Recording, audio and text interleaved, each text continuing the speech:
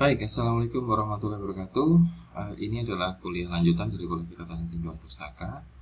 Kenapa tinjauan pustaka ini saya munculkan pertama dari perkuliahan kita? Karena tinjauan pustaka ini sebetulnya membantu sekali ketika Anda ingin membuat hal-hal lain dalam penelitian. Misalnya ketika Anda melakukan pendahuluan, ketika Anda melakukan tinjauan pustaka itu sendiri, maupun ketika Anda melakukan pembahasan dan kesimpulan. Nah, kita sudah pahami itu dan kita sudah pelajari bahwa letak tinjauan pustaka itu akan sangat berbeda di tiap-tiap jenis penelitian. Begitu juga dengan misalnya penelitian kuantitatif itu banyak di depan, kemudian di belakang akan sedikit, terus sebaliknya kualitatif itu akan banyak menggunakan tinjauan pustaka di akhir dibandingkan dengan ketika di awal. Nah, pada pertemuan kali ini saya akan mencoba memberikan contoh bagaimana kita mencari materi dari Wikipedia, yang kemudian Anda akan diikuti juga untuk mencari bacaan berkaitan dengan satu isu tertentu menggunakan mesin pencari khusus untuk bacaan ya, seperti misalnya dalam hal ini mungkin kita akan coba Google Scholar. Nah, oke. Kita masuk ke Wikipedia dulu. Sebagaimana sudah kita lihat kemarin, ketika Anda mencari literatur, maka yang pertama digunakan entry point yang bagus adalah ensiklopedia. Tentu selain kalau Anda dalam kondisi tertentu Anda betul-betul tidak paham tentang isu yang digunakan, Wikipedia termasuk salah satu yang bagus. Tentu saja dengan ada ensiklopedia yang lain yang bisa digunakan, Britannica atau ensiklopedia lain, tentu itu juga bagus. Tetapi sebagaimana kita ketahui, Wikipedia ini karena dia sifatnya free dan kemudian banyak orang bisa memasukkan di situ, memberikan input terhadap ensiklopedia ini, sehingga kecepatan pertumbuhan istilah-istilah yang dalam Wikipedia itu relatif cepat. Meskipun demikian, ada beberapa hal yang perlu diperhatikan, bahwa karena Wikipedia ini merupakan sifatnya itu mudah dibuka dan mudah diedit oleh orang lain, kita kadang-kala tidak bisa memastikan kualitas dari isi dari ensiklopedia itu sendiri.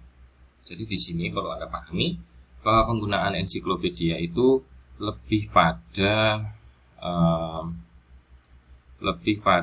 starting point gitu ya, atau awalan dari Anda mencari sebuah bacaan. Misalnya kita ingin memahami di sini, kita pakai wikipedia.org ya, yang dalam bahasa Inggris gitu. Kalau kita coba sekarang kita ubah ke dalam bahasa yang kita inginkan. Taruhlah kita ingin ke bahasa Indonesia misalnya, Anda bisa lihat di layar. Kita coba ya, dari bahasa Aceh malah ada. Indonesia mana? Bahasa Melayu, bahasa Minangkabau, ini bahasa Indonesia ya. Kita coba klik pakai Wikipedia bahasa Indonesia. Nah, ini ada muncul di sini Wikipedia. Kemudian Anda bisa lihat di sini, misalnya kita mencari tentang konsep, taruhlah di situ sudah ada ya istilah saya governansi digital. Kita ingin mencoba istilah lain, misalnya kualitas pelayanan. Nah, akan muncul tampilan kualitas pelayanan seperti ini. Kemudian kualitas pelayanan, ada muncul lain-lain, tapi ini tampaknya tidak ada yang cocok ya. Kita coba istilah lain, misalnya elektronik.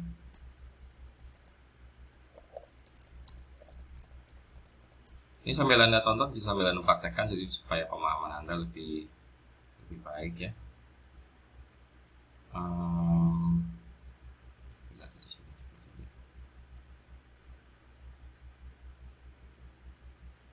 Kadang-kadang saya suka bingung kalau pakai ini. Kita masuk ke id.wikipedia.org.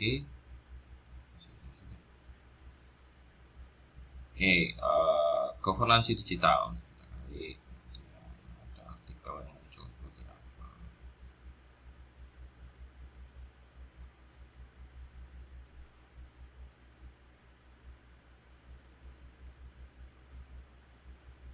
Inilah yang kesenjangan digital ya.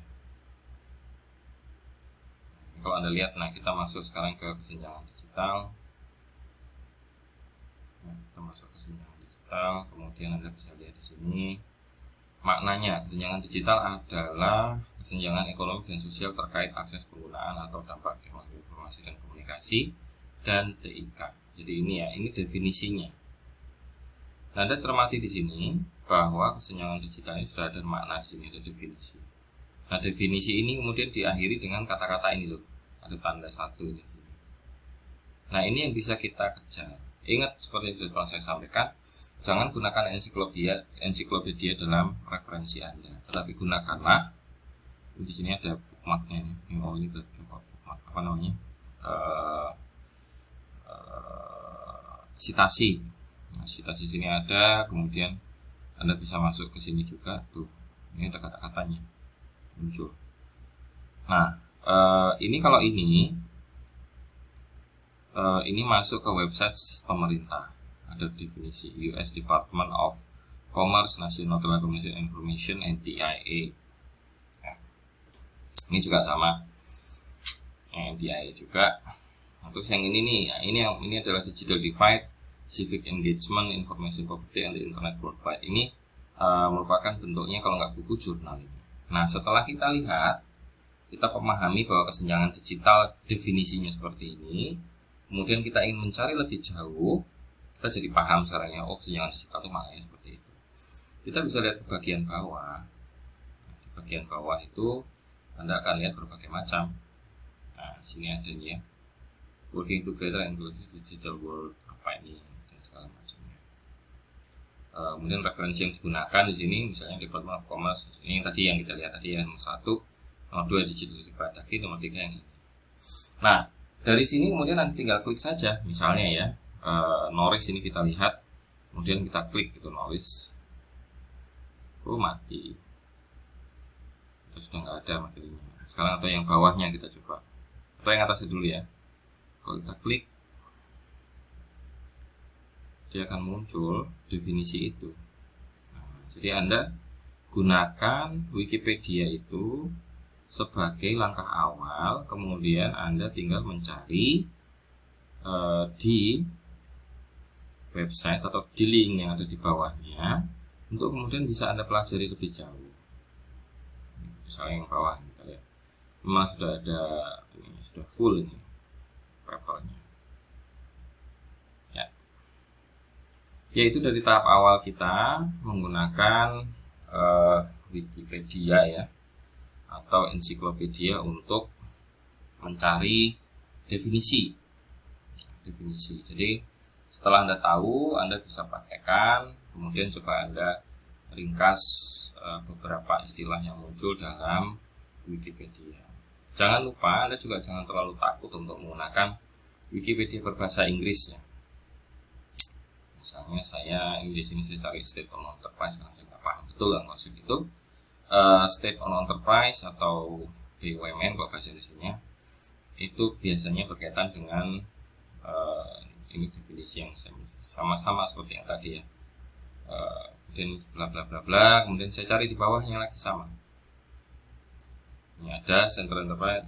Kadang-kadang ketika kita lihat di sini kemudian menemukan materi-materi yang bagus untuk kuliah gitu ya, untuk mudah dipahami, kemudian mudah dibaca gitu. Nah, itu adalah salah satu keunggulan dari Wikipedia. Jadi kalau referensi yang digunakan di bawah biasanya adalah referensi-referensi populer yang mudah dipahami oleh semua orang, tidak terlalu mendalam berkaitan dengan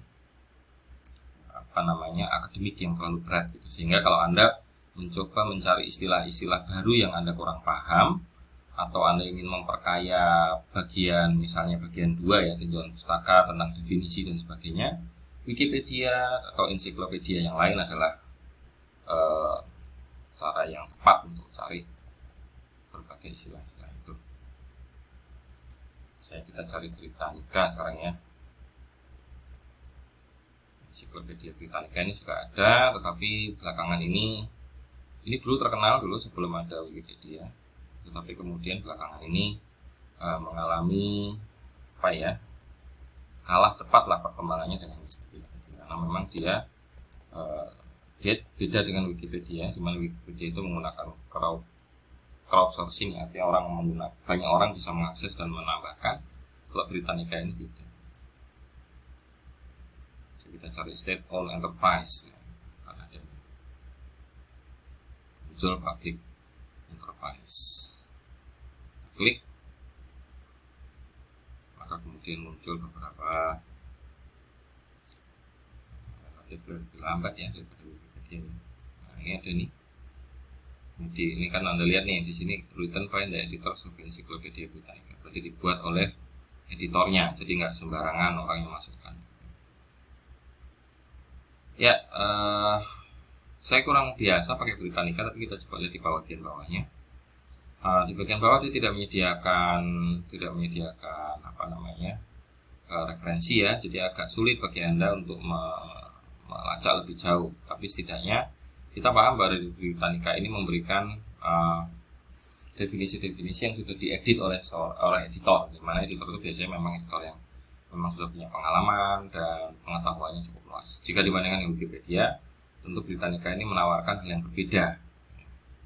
Tapi untuk Wikipedia misalnya, Wikipedia bisa memberikan bacaan-bacaan yang bisa di-track lebih lanjut, dilacak lebih lanjut, sedangkan Britannica tidak.